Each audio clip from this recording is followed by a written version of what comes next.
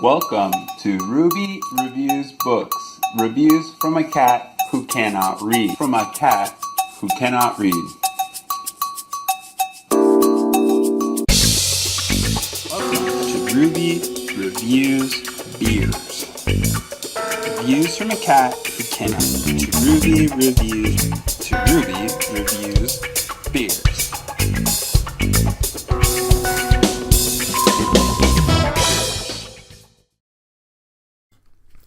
Welcome to Ruby Reviews Beers, because I can't read a book every week.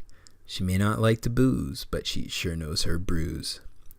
Today's beer is an aged Dogfish Head 120-minute IPA. The label on this bottle claims this beer ages well. We've had it in the closet for a few years, so Ruby and I are going to put that to the test. The 120-minute pours cloudy brown, darker than I expected, almost like some kind of frappuccino or coffee culotta. As it's aged, it seems to have lost the ruby-colored translucence I expected from a new bottle.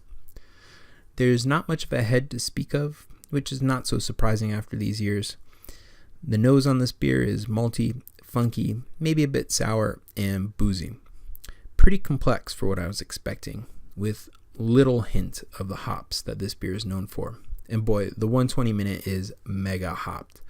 2 hours of continual hopping, then dry hopped for a month, then aged another month in whole leaf hops. Considering all that pine cone richness, the taste on the 120-minute is relatively mellow. Where the hops go mild, however, the general mouthfeel is intriguing. It has a syrupy sweetness to it, but it's relatively light, slightly carbonated, and warm to the touch on the tongue. The taste starts off bright and floral, with some molasses or burnt sugar, just a real pronounced sweetness before receding to an alcohol burn. And yeah, there's an alcohol burn. The 120-minute is brewed between 18 and 20% ABV, so we're basically in malt liquor territory, and you can definitely taste that. Considering its strength, the glass I poured is way too much for me to drink in a single sitting, so it's going back in the fridge to keep cool while I nurse it. However, spending a long time with this beer gives you plenty to appreciate. There's something of a sherry character to this beer, and not in a bad cooking wine sort of way.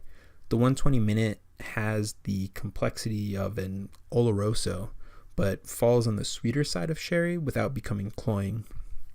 Overall, this has to be one of the crazier bottles I've ever had, and not just because the alcohol content and the sweetness trumps all that hops with the sheer mass of unfermented sugars.